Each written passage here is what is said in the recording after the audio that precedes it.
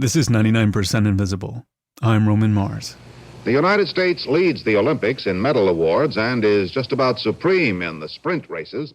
On October 16th, 1968, American sprinters Tommy Smith and John Carlos climbed onto the podium at the Mexico City Olympics to accept their medals. Yesterday, they came in first and third in the 200-meter dash. Smith had won gold. Carlos had won bronze. As the national anthem began to play, the men, both African American, bowed their heads and raised their fists in the Black Power salute. That's producer Claire Mullen. They kept their fists raised until the last notes of the anthem faded away. The gesture was a statement of Black pride and defiance. It's still considered one of the most overtly political statements made in the history of the modern Olympic Games. But that wasn't the only politically significant moment at the Olympics that year. A Mexican hurdler named Enriqueta Basilio became the first woman to ever light the Olympic cauldron. A Czech gymnast beat out Soviet gymnasts for the overall women's title, just 2 months after the Soviet invasion of Czechoslovakia. It was also the first time a Latin American city, or even a Spanish-speaking country, had hosted the Games. It was a big deal to have hundreds of thousands of international travelers come visit Mexico.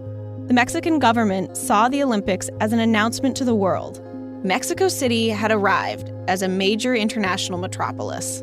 So almost everything about the 1968 Olympics felt revolutionary. Including the design of it.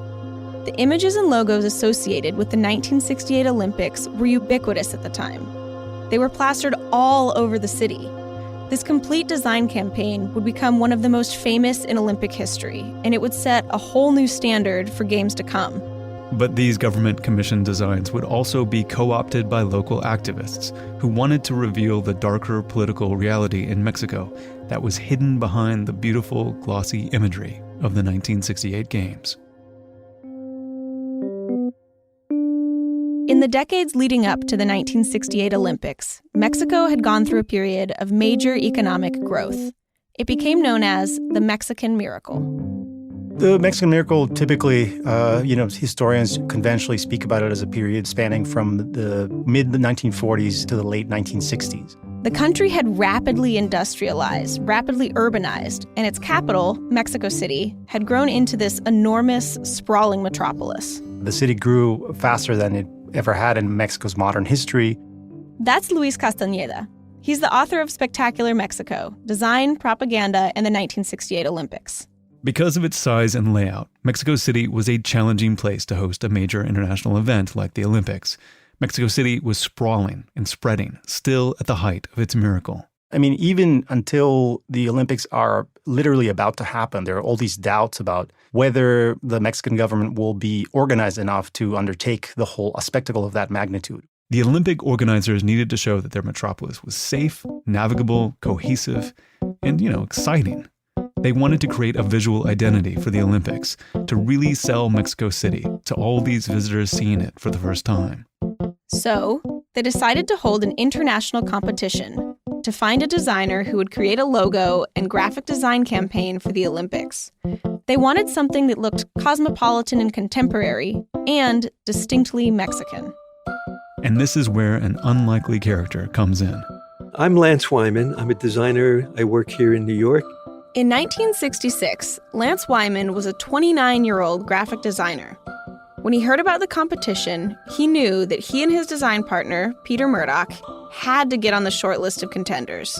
This list included design teams from all over the world who would come down to Mexico City for a 2-week trial run. After their 2 weeks, each team would present their design for consideration. And we got on the list to go down in November of 1966, and Peter and I had just started out. We didn't have any money, so we could only afford one-way tickets. They hopped on the plane with their one-way tickets and landed in Mexico City. By the way, neither of them had ever visited Mexico before. They didn't really know anything about the country. If they were going to design a logo to represent Mexico, Wyman and Murdoch would have to learn a lot, and fast. They started where most tourists start, by visiting museums. They spent a lot of time at the Museum of Anthropology, where they studied artifacts from pre-Columbian Mexico, like the Aztec sunstone and ancient Mayan murals. I actually was floored by some of the early cultures because they were doing things in a contemporary way with geometry and with graphics. The bold lines and bright colors and geometric shapes reminded Wyman of the kind of op art that was popular among contemporary artists back in New York. Op art, or optical art, uses contrast, geometry, and other tricks to give the viewer the impression of movement. And so, informed by both indigenous artifacts and modern op art, Wyman came up with a logo that riffed on the 5 rings of the Olympic symbol. I realized that the geometry of the 5 rings could be integrated with the year of the event, 68. He superimposed the digits 6 and 8 over the classic Olympic rings. The circles on the rings radiated out from the circles in the digits, and it created a hypnotic stripe effect. And from that, I developed the typography to make the word Mexico. It's this very groovy-looking typography made of 3 parallel stripes. Wyman created a logo that he considered both very modern and quintessentially Mexican. The end of the 2 weeks came, and we started making prints of the Mexico 68 logotype. And people from publications and people from the public relations, they wanted copies of it. And we were working like crazy, making copies and doing all of that. And then Wyman realized that no one actually told him yet if he had the job. So he asked one of the organizers. I said, did we win? He goes, oh, I guess so.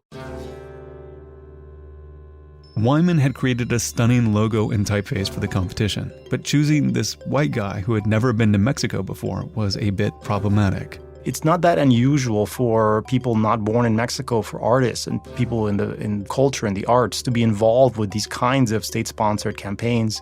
It's not entirely unprecedented, but it's still a very unique situation, especially given the fact that, this is a very, very significant project. That's author Luis Castañeda again. What is very striking, almost shocking perhaps, is that the fact that, of course, Lance Wyman is very much unproven as a designer. He's very young. He hasn't had much time to do much yet. And yet somehow he is given this very high degree of responsibility as part of the design campaign. Wyman and Murdoch ended up staying in Mexico for 2 years to work on the campaign. And, along with a team of designers, many of them Mexican, they came up with ways to use their typeface, logo, and other designs all over the city. The hypnotic stripes were turned into striped uniforms for the event's workers and volunteers. The patterns and colors used in the logo ended up on hats, postage stamps, balloons, all sorts of products to hype the impending games. And these objects range from very small objects, all kinds of memorabilia, things from ashtrays and furniture or apparel, all the way to the stadiums. Stadiums across the city were painted with these radiating op art patterns. Bright colors decorated sidewalks and walls and plazas. And these bright, hypnotic designs didn't just give the Olympic Games a visual coherence. The graphic design language of the Olympics expanded into an entire system that helped visitors navigate the massive metropolis. To do this, Wyman made simple, color-coded icons to represent every sporting event. They were not stick figures, but they were focused more on, a part of the body or a piece of the equipment or a combination of the two. Gymnastics, for example, was represented by a hand gripping a single suspended ring. Track and field had its icon, boxing had its icon. So on the ticket, you knew what your ticket was for by the icon only. So if you're visiting from Japan and didn't speak any Spanish, you'd see, say, the soccer icon on a green background, and you'd follow the green signs to the stadium where the soccer would be. And this system wasn't just for sports. Wyman and the team made universally understandable icons for 19 cultural events happening around the city as well. We had children's painting, we had folk dancing, we had science programming. By following these cultural icons, visitors could continue to entertain themselves and explore the city after the sporting events were over. The 1968 Olympics had been decreed Los Juegos de la Paz, the Games of Peace. So Wyman designed a little outline of a dove, which shop owners all over the city were given to stick in their windows. Between the logo, the typeface, the colors, the icons, and the doves, Wyman created a visual identity that saturated the whole city. It was everywhere. It was a total design campaign. Total design campaign, right? There's the idea of total design, that every single thing, idea, place, object associated with the Olympics is immediately and powerfully recognizable as part of a whole. and the completeness of the campaign would set a precedent for years to come.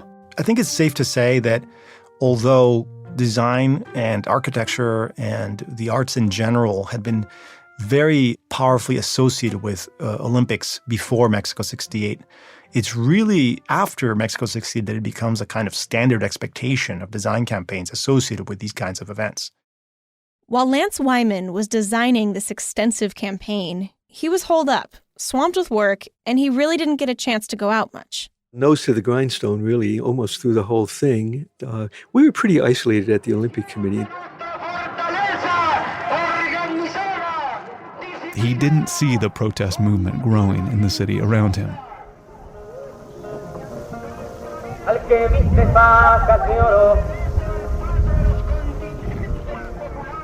The movement was led by students who believed the long-ruling Institutional Revolutionary Party catered to wealthy Mexicans rather than the poor, rural, and working class. The country had been experiencing huge economic growth, but millions of people had been left behind. The Mexican miracle hadn't reached everyone.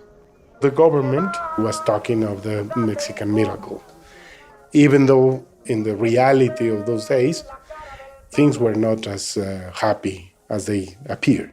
These are excerpts from interviews with students involved in the protests against Mexico's single-party government, courtesy of our friends at Radio Diaries. In the 60s, we were still a country where the government controlled everything.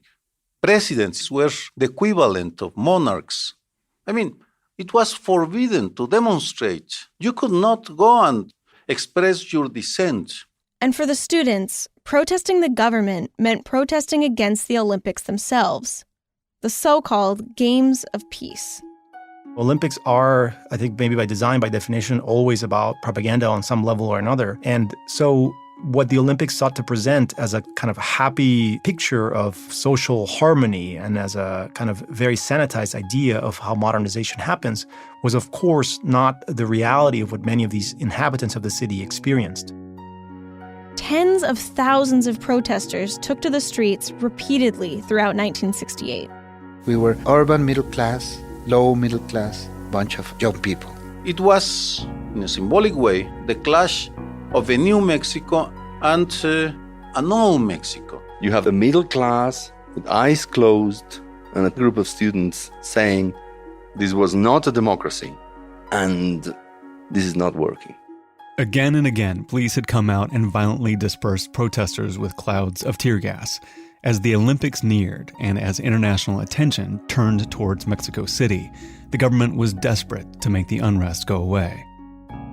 On October 2nd, just 10 days before the Games of Peace were set to begin, thousands of students gathered at Tlatelolco Square in the northeast of Mexico City to demand the release of people who had been locked up at a previous protest.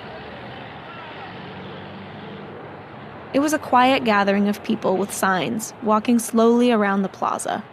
And we looked back and there was all these infantry troops. They started to advance towards the crowd. And at some point, we heard some shots. We didn't know where they came from. And seconds later, how do you say in English? All hell broke loose.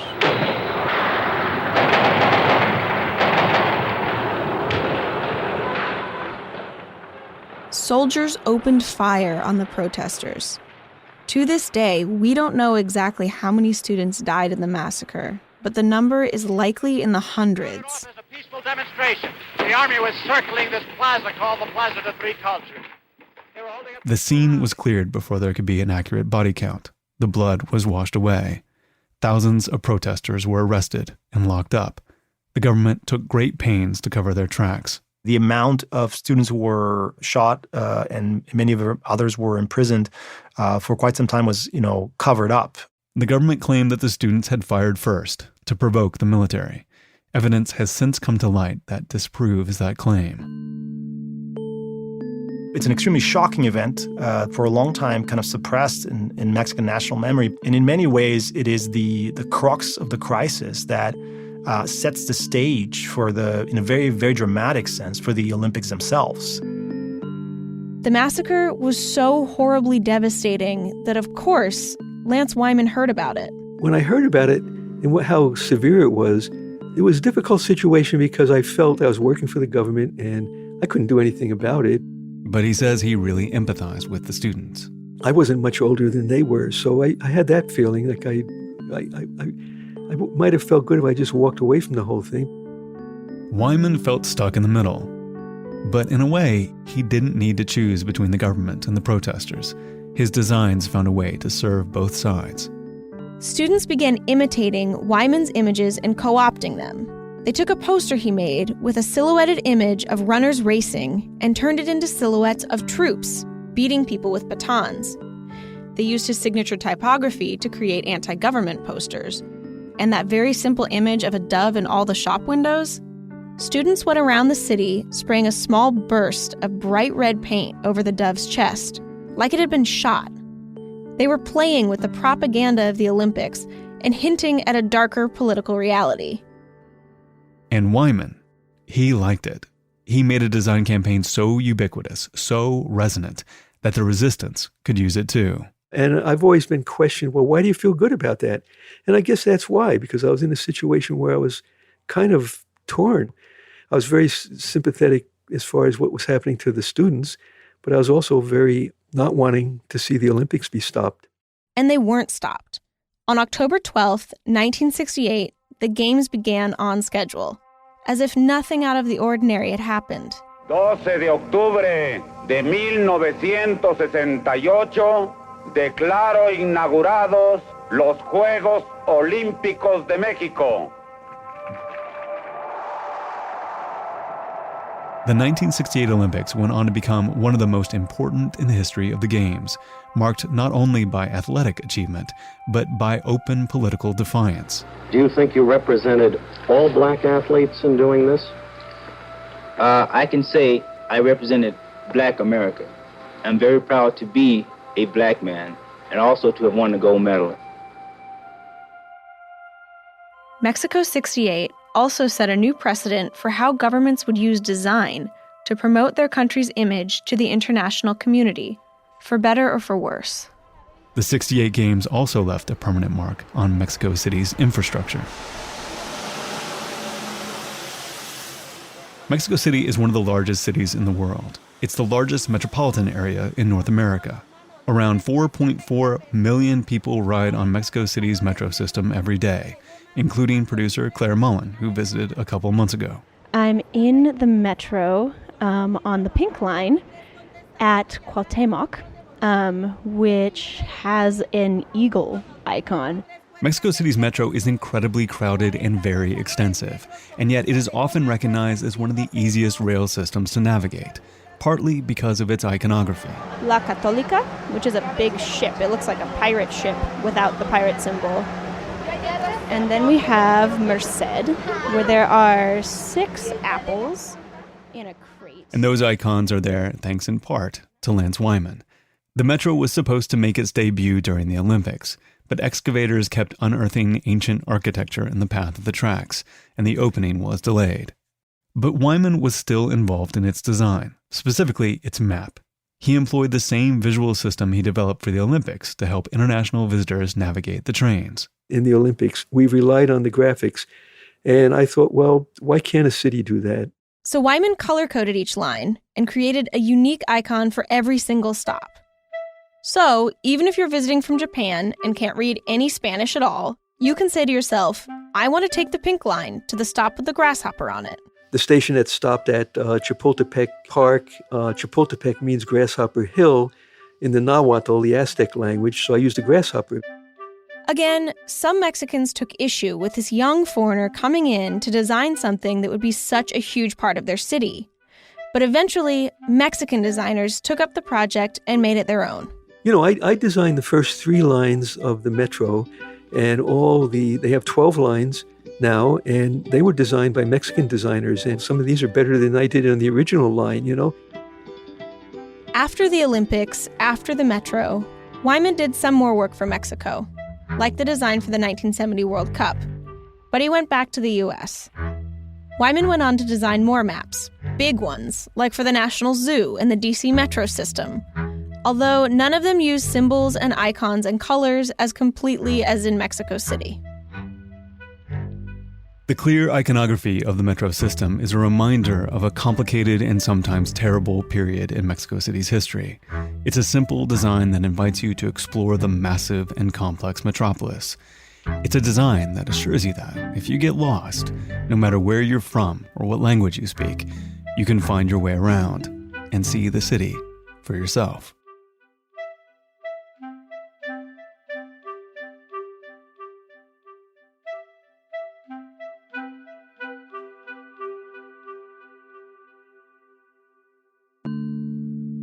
"99% Invisible" was produced this week by Claire Mullen and Avery Trufelman. Technical production and mix by Sharif Youssef, with music by Sean Rial and OK Akumi. Our senior producer is Katie Mingle. Kurt Kolstad is the digital director. The rest of the staff includes Emmett Fitzgerald, Delaney Hall, Taryn Mazza, and me, Roman Mars. Thanks to the team at Radio Diaries who provided us with some of the tape from their documentary, A Movement, a Massacre, and Mexico's 50-Year Search for the Truth. It tells the story of the student protests in 1968 and uncovers a secret behind the government's bloody crackdown. You can hear that story on the Radio Diaries podcast right now. Radio Diaries is one of the OG Radiotopia programs. You should definitely be subscribed if you aren't already. We are a project of 91.7 KALW in San Francisco and produced on Radio Row in beautiful downtown Oakland, California.